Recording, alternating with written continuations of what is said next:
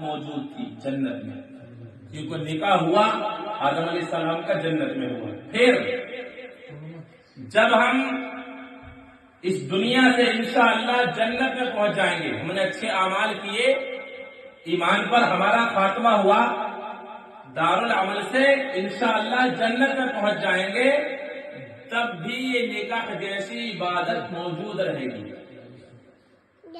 اللہ کے رسول کا فرمان ہے مومن بندوں کا نکاح جنت کے اندر مومنہ بندیوں کے ساتھ کیا جائے گا۔ کتنی اچھی عبادت ہے، کتنا اچھا عمل ہے۔ ہم دنیا سے چلے جائیں گے، جنت میں نہ نماز ہوگی، نہ روزہ، نہ حج، نہ زکات، نہ صدقہ خیرات، نہ نماز پڑھنی ہوگی جنت میں، نہ روزہ رکھنا ہوگا، نہ حج کرنا ہوگا جیسے ارکان یہاں کرتے ہیں، کچھ نہیں۔ جب تک ہم زندہ ہیں ہمارے اوپر حج فرض ہے، نماز فرض ہے، روزہ فرض ہے، زکات فرض ہے اگر ہم استطاعت رکھتے ہیں تب، لیکن مرنے کے بعد ہمارے سارے عمل ختم، منقطع ہو جاتے ہیں، کچھ نہیں کر سکتے۔ جب جنت میں چلے جائیں گے ہم نہ نماز پڑھیں گے، نہ روزہ رکھیں گے، نہ حج کریں گے، نہ زکات کریں گے، لیکن حضور کی حدیث ہے، میرے آقا ارشاد فرماتے ہیں مومن بندوں کا نکاح اللہ رب العزت مومن بندیوں کے ساتھ جنت میں بھی کرائے گا۔ سبحان اللہ، کتنی اچھی عبادت ہے، دنیا میں بھی رہے گی اور مرنے کے بعد قیامت میں جائیں گے، جنت میں جائیں گے، جنت میں بھی عبادت یہ عمل موجود رہے گا۔ بتاؤ کتنا اچھا عمل ہے۔ النکاح من سنتی فمن رغب عن سنتی، رسول پاک کا فرمان ہے، سمجھا؟ تو آپ سنت کو سنت کے طریقے سے ادا کریں۔ اور پھر ایک خاص بات دیکھو، جب بندہ نماز پڑھتا ہے تو اس کا ہر لمحہ، ہر سیکنڈ، ہر منٹ عبادت میں لکھا جاتا ہے۔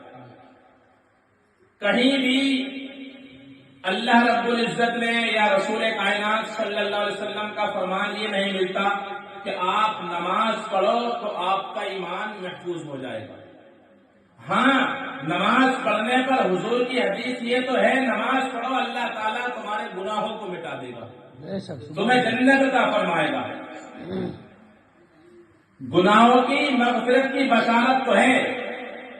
اللہ کے رسول نے ارشاد فرمایا تم حج کرو تمہارے سارے گناہ مٹا دیے جائیں گے، تم حج کرو تمہارے سارے گناہ مٹا دیے جائیں گے، لیکن کہیں بھی یہ نہیں کہا گیا کہ تم یہ کام کرو تمہارا آدھا ایمان محفوظ ہو جائے گا۔ لیکن جب باری نکاح کی آئی، میرے اور آپ کے نبی مصطفیٰ جان رحمت، شمع بزم ہدایت، نوشہ بزم جنت ارشاد فرماتے ہیں اے میرے امتیوں تم سنت کی طریقے پر نکاح کرو، یعنی تم نکاح کرو، آدھا ایمان تمہارا نکاح کرنے سے محفوظ ہو گیا، آدھے ایمان کے بارے میں اپنے اللہ سے ڈرتے رہو۔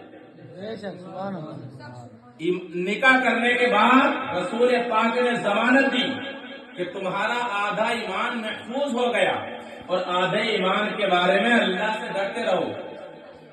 نکاح کرنے کے بعد انسان گناہوں سے بچ جاتا ہے۔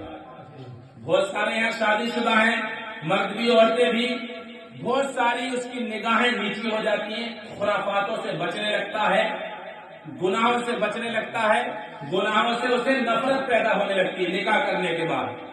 اور پھر ایک خاص بات جو ہمارے بزرگوں نے فلسفیانہ طور پر لکھی، ایک بہت خاص بات سنیں، بہت خاص بات ہے۔ دیکھو نکاح کی فضیلت دیکھو، نکاح کی برکتیں دیکھو۔ رسول کائنات صلی اللہ علیہ وسلم کا فرمان ہے جو ہمارے بزرگوں نے لکھا، جب بندہ نماز شروع کرتا ہے تکبیر تحریمہ سے لے کر سلام پھیرنے تک اس کا ہر منٹ، ہر لمحہ عبادت میں لکھا جاتا ہے۔ تکبیر تحریمہ اللہ اکبر کہہ کر نیت باندھی، جب سے اس نے نماز شروع کی سلام پھیرنے تک اس کا ہر منٹ، ہر سیکنڈ، ہر گھنٹہ عبادت میں لکھا جاتا ہے۔ اسی طریقے سے اس نے صبح صادق سے سحری کی اور غروب آفتاب تک یعنی سورج ڈوبنے تک، جب سے سحری کھائی روزے کی حالت میں رہا، سحری سے لے کے غروب آفتاب تک اس کا ہر منٹ، ہر سیکنڈ عبادت میں لکھا جاتا ہے، اس کو ثواب ملتا ہے۔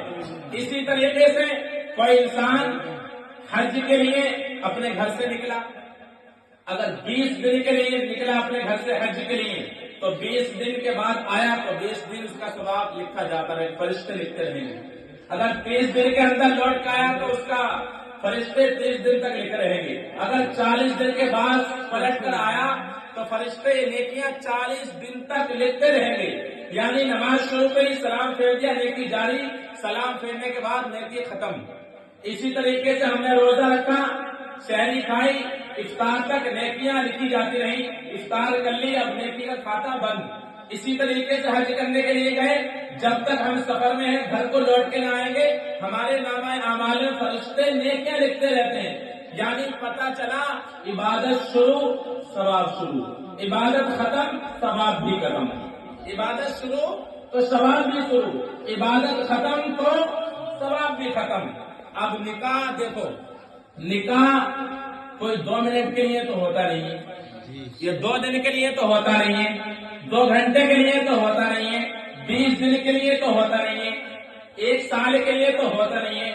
ادھر قبول ہے کہہ کے نکاح ہوا، ادھر قبول ہے کہ کہہ کر نکاح ہوا، جب تک اس کے نکاح میں اس کی بیوی رہے گی، وہ سوتا رہے تو اس کے نامہ اعمال میں نیکیاں لکھی جا رہی ہیں، وہ جاگتا رہے تو اس کے نامہ اعمال میں نیکیاں لکھی جا رہی ہیں۔